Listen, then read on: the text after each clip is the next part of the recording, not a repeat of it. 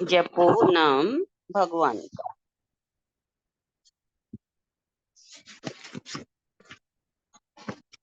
भगवान भाव के भूखे हैं। उन्हें जो जिस रूप में भजता है उसे वे उसी रूप में प्राप्त होते हैं। भगवत गीता में भगवान की वाणी है कि स्वयंवर सभा में जितने भी लोग हैं वे भगवान राम को जिस रूप में देखते हैं उन्हें वे उसी रूप में दिखाई देते हैं। जो रणधीर हैं उन्हें वीर रस प्राप्त होते हैं, साक्षात भगवान प्रतीत होते हैं। और पूर्ववासियों को वे नरभूषण लोचन सुखदाई दिखाई देते हैं। इसी प्रकार भगवान मुनियों को उनकी रुचि के अनुसार दर्शन देते हैं, जबकि विद्वानों को उनका विराटत्व दिखाई देता है। योगियों को वे परम तत्व में भासित होते हैं। राजा जनक को सगे स्वजन लगते हैं तथा रानियों को शिशु के समान प्रीति भाजता। पर यह है कि जिसके मन में जो भाव था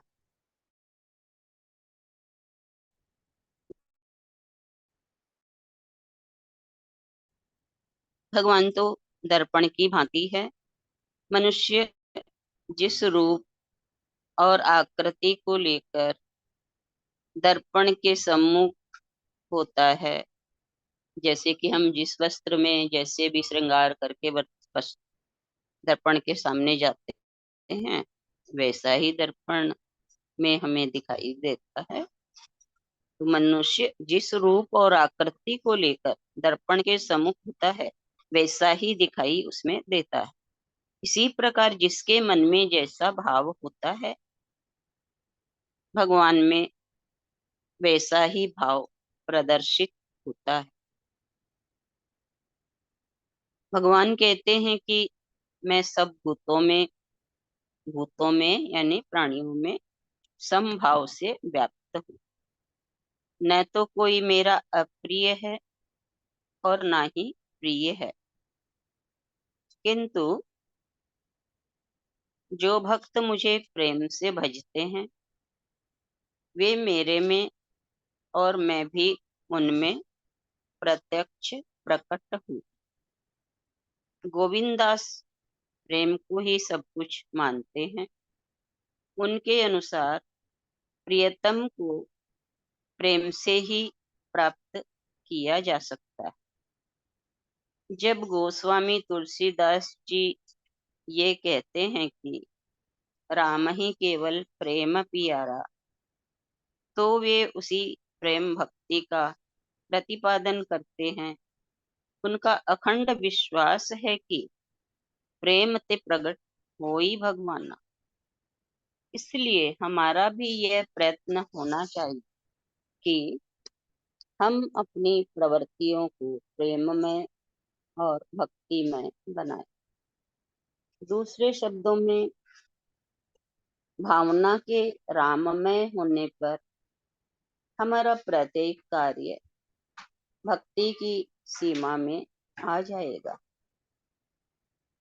भावना के राममय होने पर हमारा प्रत्येक कार्य भक्ति की सीमा में आ जाएगा। हमारा शरीर अंतरात्मा का सुंदर मंदिर है।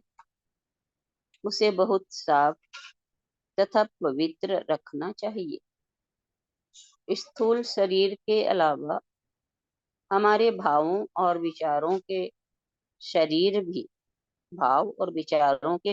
भी स्वच्छ रहने चाहिए, ताकि आत्मा का प्रकाश संसार में फैल सके। यह तभी संभव है जब हमारे दैनिक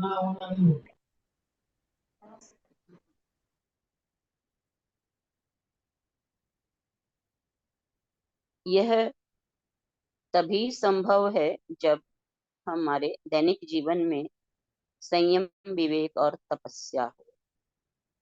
बहुत सुंदर बात। इंद्रियों की सार्थकता भगवान के अभिमुख होने में ही है।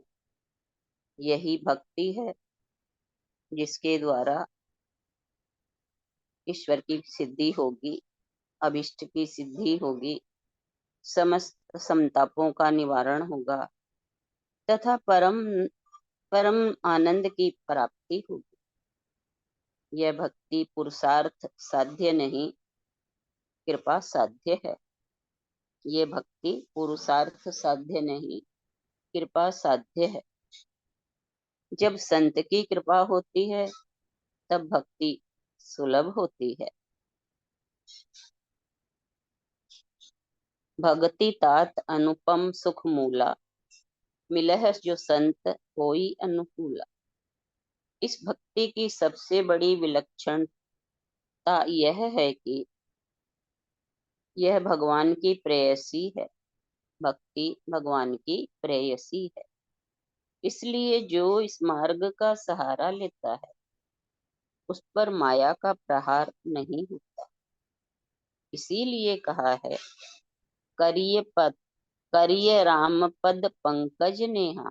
अर्थात भगवान राम के चरण कमलों से प्रेम करना ही हमारे जीवन का अभिष्ट होना चाहिए। इतना ही लेसन सूत्र में कह रहे हैं।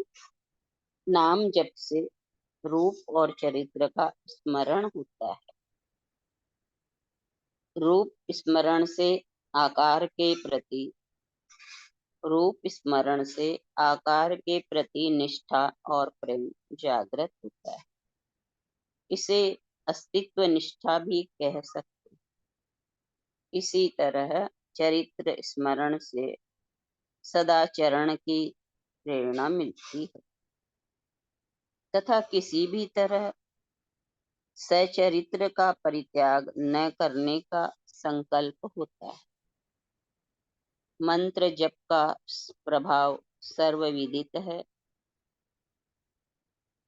मंत्र जप से विकार रूपी विषधर सर्प सम्मोहित हो जाते हैं, यानी मंत्र जप से विकार वश में हो जाते हैं।